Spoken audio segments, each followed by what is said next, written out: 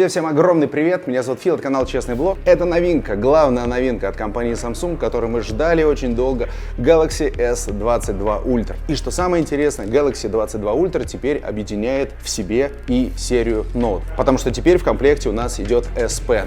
И он не просто идет, он еще и проапгрейженный. У него раньше было время отклика 9 миллисекунд, а теперь 2,8. Обновленный дизайн, обновленный процессор, улучшенная камера и зарядка, которая стала быстрее. Давайте посмотрим, что из себя представляет Galaxy S22 Ultra и заодно сравним его с Galaxy Note 20 Ultra, а также с Galaxy S21 Ultra. Все максимально честно, но это первый взгляд. Меня зовут Фил, канал Честный Блог. Погнали!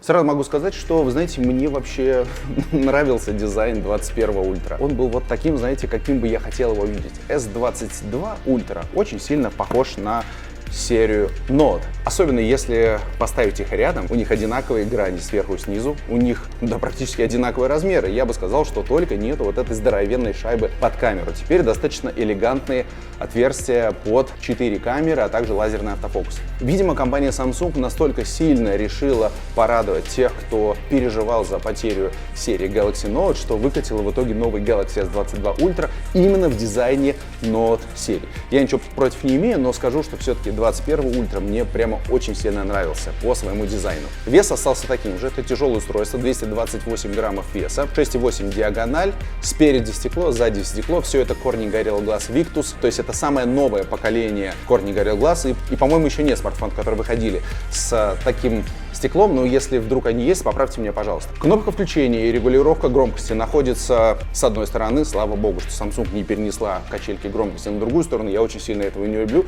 за это большое спасибо Samsung.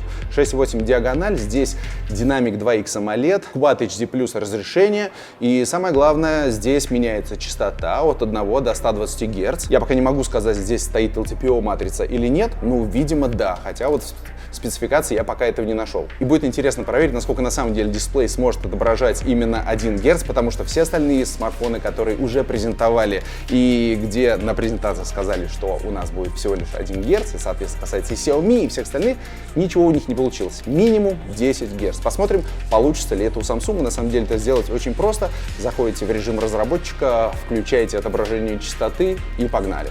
Я напомню, что динамические сцены у нас отображаются с частотой 120 Гц, а вот если вы читаете книгу или еще что-то, то, соответственно, частота должна падать, по идее, до 1 Гц.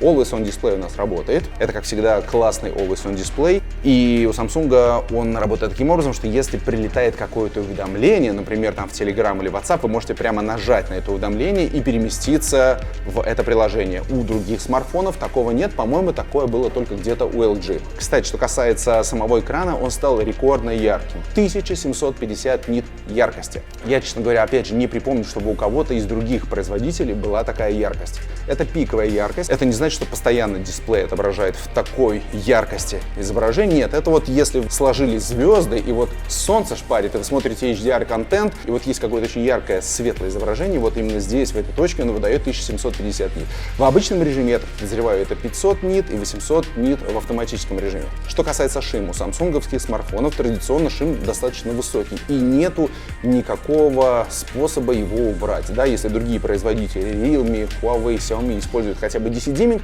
то у Samsung такая функция отсутствует. По какой причине? Я думаю, что надо спросить, на самом деле, у представителей Samsung, почему они так поступают. Я не говорю, что это плохо или хорошо, мне в целом нашему все это без разницы, я люблю AMOLED-дисплеи, но есть люди, у которых не очень хорошо складывается дружба с шимом и, грубо говоря, вытекают глаза. У нас здесь есть стереодинамики, но ничего не написано. Это там стереодинамики от AKG или еще что-то. Просто стереодинамики и все. По моим ощущениям, работает примерно так же, как и на прошлой модели, может быть, стал немножко погромче. Средства разблокировки у нас остались ровно такими же. Сканер отпечатка пальцев находится под экраном, и есть разблокировка по лицу.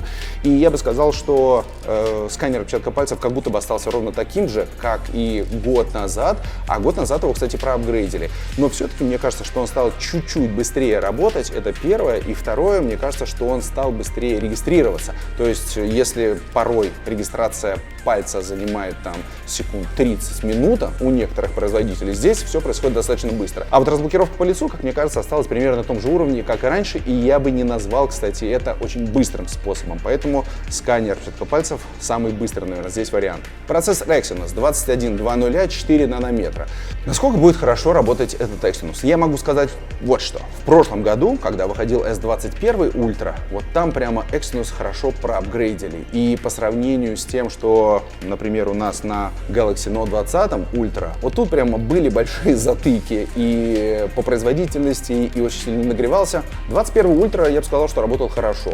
Может быть, он чуть-чуть по цифрам проигрывал Snapdragon, но у меня не было ощущения, что я из-за этого использую какой-то смартфон и что-то от этого теряю. Нет, я отлично пользовался Exynos версией и, собственно, и продолжаю это делать. Посмотрим, что будет с этим процессом, потому что если Samsung в прошлом году взяли верное направление, то этот процессор должен быть, опять же, и более энергоэффективным, и менее прожорливым, и не таким горячим, например, как тот же самый Snapdragon 8 Gen 1, потому что мы знаем, что он, конечно, просто жжет по полной программе. И тротлит, и жжет.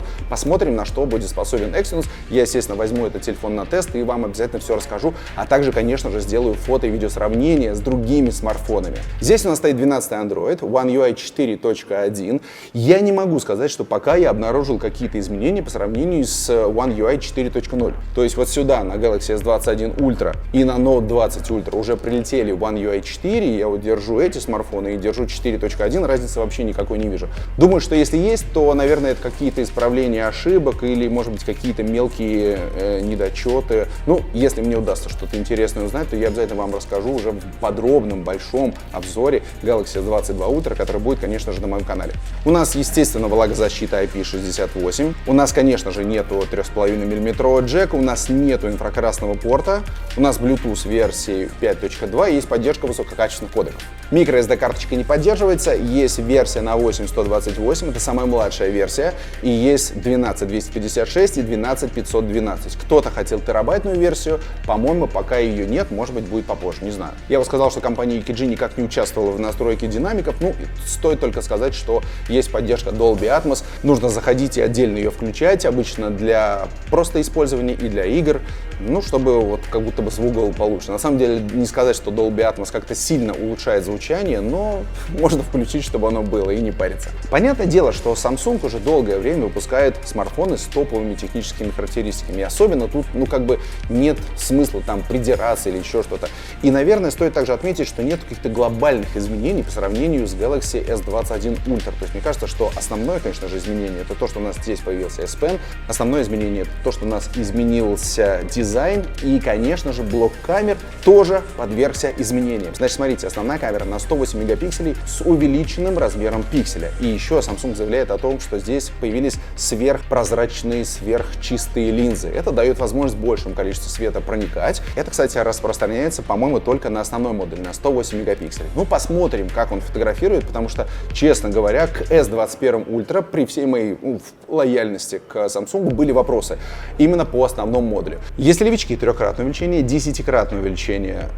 Я бы сказал, по моему опыту, на Samsung лучшие телевички вообще среди всех остальных смартфонов. Трехкратное и 10-кратное увеличение, очень хороший диапазон и для портретной съемки, и для того, чтобы фотографировать какие-то дальние объекты. Максимальное увеличение 100. Если какие-то изменения по камере, тоже сложно сказать. Если какие-то новые режимы, на первый взгляд, конечно же, ничего не поменялось. Если сделать селфи-фотографию прямо сейчас, можно нажать. Ну, видим, что у нас получилась хорошая фотография. Ну, еще раз скажу, что традиционно Samsung делает хорошие фотографии. Кстати, видео можно снимать, естественно, 4К на всех камерах. Основной, ширик, телевичок, 2 телевичка и так далее.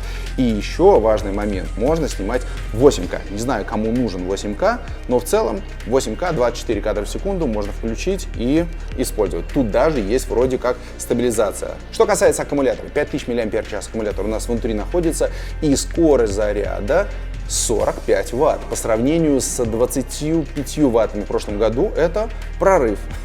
Да, смартфон теперь будет заряжаться быстрее. Напомню, кстати, что у нас в комплекте не идет зарядка, у нас в комплекте только кабель. У нас в комплекте, честно говоря, даже нету пленки. Я вот смотрю на 21 Ultra и смотрю на Note 20 Ultra. Везде есть пленка. Почему-то в 22 серии начали экономить и пленку не завезли. С чем-то связано, я не знаю. Даже не могу представить, почему. Потому что, очевидно, но пленка все-таки спасает. Я знаю, что есть люди, которым не нравится пленка. пленка. Есть люди, которым не нравится пленку наклеивать. Вот я никогда не наклеивал пленку, но, конечно же, заводской пленкой я пользовался. И глядя на мой S21 Ultra, я понимаю, что она наклеена абсолютно не зря.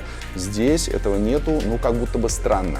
Ну и, конечно же, у нас есть беспроводная зарядка, вроде как 15 Вт скорости. И у нас есть реверсивная зарядка. Это если вы сверху положите часики там или наушники, то их можно заряжать от смартфона. Насколько хватит 5000 аккумулятора? Сложно сказать. Я могу точно сказать, что Galaxy S21 Ultra и его 5000 мАч работают хорошо. То есть 5 часов работы экрана, даже, может быть, побольше, вывозит. Также могу сказать, что Galaxy Note 20 Ultra мне не хватает на день. Не хватало как после того, как он появился у меня, так и сейчас его не хватает. То есть он выдает обычно 4 часа работы экрана, для меня это мало. 21 Ultra выдает 5 часов работы экрана, плюс-минус.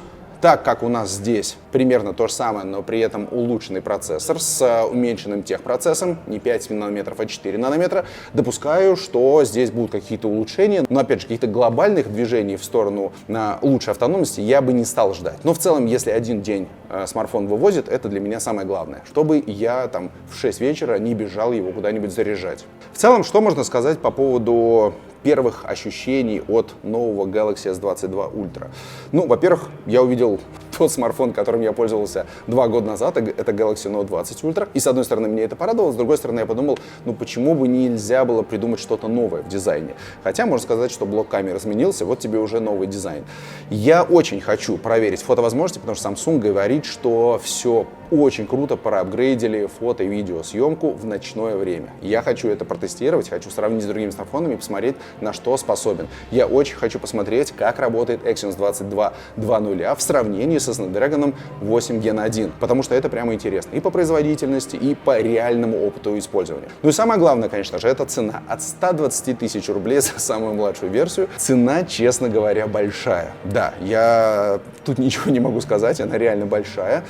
Все, к сожалению, сейчас растет, и цена автомобилей растет, и цена молока, и хлеба растет, и Samsung тоже вырос, собственно, как и все другие бренды. С этим, наверное, ничего мы не сможем сделать, кроме того, как пытаться больше зарабатывать денег. Вот, к сожалению, дорого, безусловно, дорого. 120 тысяч рублей за версию 8, 128. Можно очень много всего, конечно же, сейчас написать в комментариях, типа, можно купить вот это и то, и вот это и то, но вот такая вот цена. Остается только лишь взять этот смартфон на тест и проверить, насколько эта цена оправдана тому, что мы в итоге получаем. Вот такое у меня первое впечатление от Galaxy S22 Ultra. Впереди большое количество различных сравнений с другими смартфонами, опыт использования, фишки и так далее. Короче, будет точно интересно, поэтому обязательно подписывайтесь на канал и не пропустите, потому что здесь я, как всегда, максимально честно рассказываю о тех гаджетах, которые использую. На этом все. Меня зовут Фил. Большое спасибо за то, что посмотрели. Это честный блог. Ни в коем случае не болейте. Всем счастливо и пока.